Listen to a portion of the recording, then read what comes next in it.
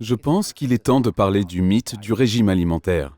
Le mythe du régime alimentaire est répandu. C'est un mythe auquel j'ai cru pendant très longtemps, jusqu'à ce que j'apprenne certaines choses que j'aimerais partager avec vous aujourd'hui. La première est que le terme régime alimentaire est propre à l'usage humain. Je m'explique. Voyez-vous, les animaux sauvages ont un régime alimentaire. Les humains suivent des régimes alimentaires. Cela ressemble certes à une petite différence sémantique, mais j'aimerais vraiment en parler avec vous un instant, car c'est un sujet important. Voyez-vous, le sens original du terme régime alimentaire est lié au terme ancien grec et latin. Ces termes renvoyaient au mode de vie. Donc le régime alimentaire renvoyait au mode de vie d'une personne. Ce n'était pas une modification temporaire de leurs habitudes alimentaires pour entrer dans une tenue réservée pour un événement spécifique. Ce n'était pas une modification temporaire de certaines habitudes. Le régime alimentaire faisait partie intégrante de la vie.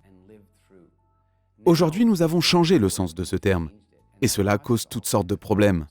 Comme je l'ai dit, tous les animaux du monde ont un régime alimentaire. Les éléphants ont un régime alimentaire. Les guépards en ont également. Les fourmis coupeuses de feuilles ont un régime alimentaire. Les moustiques en ont également, n'est-ce pas? Réfléchissez-y un instant. Le régime alimentaire d'un éléphant correspond donc à 200 kg d'herbe, de fruits et d'écorces et d'autres choses de ce genre, et environ 70 litres d'eau chaque jour. C'est leur régime alimentaire. S'ils le respectent, ils seront en meilleure santé. S'ils ne le respectent pas, ils n'auront pas une bonne santé. Si vous examinez un animal comme le guépard, vous constaterez que le régime alimentaire des guépards est de manger environ 2,5 kg de viande fraîche par jour. Leur régime alimentaire est si particulier qu'ils ne veulent même pas manger la viande d'un animal déjà mort. En revanche, une hyène le ferait. Leur régime alimentaire est très spécifique. Et quel est le régime alimentaire des fourmis coupeuses de feuilles? Elles ne mangent pas de feuilles, vous pourriez être surpris.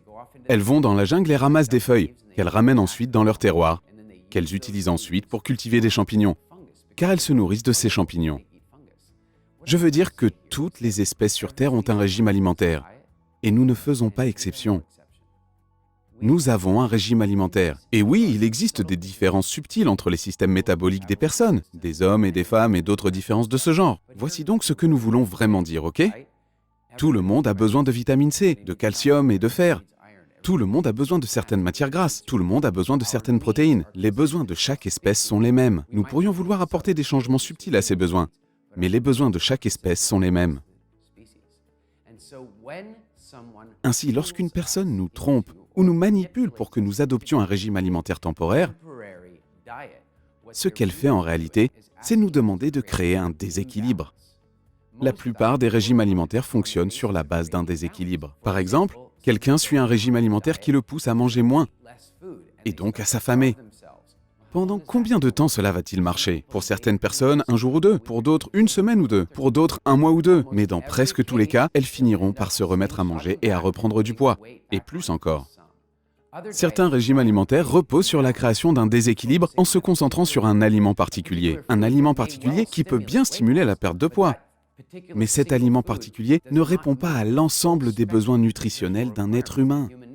Ainsi, le régime alimentaire fonctionne pendant un certain temps, jusqu'à ce que l'organisme finisse par réclamer les nutriments manquants, ce qui déclenche des envies qui se manifestent donc pour créer un problème dans l'organisme. Ce problème correspond au régime alimentaire yo-yo. Je veux en fait préciser que nous sommes maintenant à une époque où il est temps d'aller au-delà du régime alimentaire. Et nous sommes à une époque où cela doit se faire rapidement. Tenez, de nos jours, il y a tout un débat politique autour des soins de santé universels, de la façon dont ils devraient être financés et autour de la participation du gouvernement. J'aimerais être très clair avec vous. Dans les pays développés, nous ne faisons pas face à une crise dans le domaine des soins de santé. Nous faisons face à des problèmes relatifs aux soins de soi. Qu'est-ce que cela signifie? Allez-vous mieux manger pour vivre éternellement? Non, mais qu'en est-il de votre qualité de vie en ce moment? Aimeriez-vous avoir plus d'énergie tous les jours? Aimeriez-vous que votre mémoire fonctionne mieux? Aimeriez-vous mieux dormir? Aimeriez-vous avoir une libido plus puissante? Aimeriez-vous avoir plus d'énergie l'après-midi, quand tout le monde est fatigué? Aimeriez-vous être en bonne santé plus souvent? Et que dire de ceci? C'est un peu triste, mais prenez le temps d'y réfléchir, car il y a 100 ans, le cancer et les maladies cardiaques n'étaient même pas parmi les 10 premières causes de décès en Occident.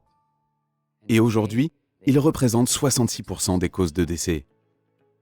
66%, soit une personne sur 3 que vous connaissez. À moins qu'elle ne commence à changer son mode de vie, une personne sur 3 que vous connaissez va mourir d'une maladie cardiaque. Et une sur 3 va mourir d'un cancer. Ce n'est donc pas un sujet à reporter à l'année prochaine.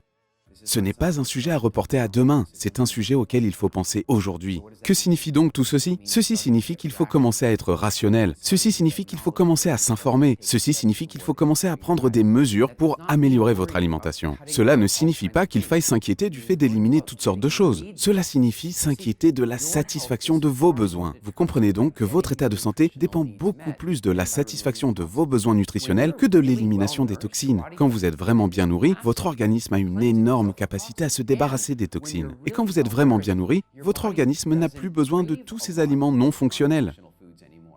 Ainsi, les mesures à prendre dès maintenant sont les suivantes. Augmentez considérablement la consommation de fruits et légumes ainsi que leur qualité, leur quantité et leur variété. Vous pouvez consommer les fruits un peu plus rarement, mais les légumes sont sans restriction. Prenez-en chaque fois que possible. Obtenez des protéines de bonne qualité des meilleures sources possibles.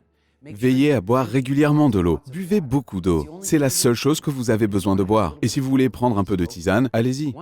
Une fois que vous aurez atteint tous ces objectifs, vous constaterez peut-être que votre rapport avec certains des aliments les moins fonctionnels changeront. C'est une bonne chose si cela se produit. Ce n'est pas le plus important. Le plus important est que vous obteniez ce dont vous avez besoin pour être en bonne santé.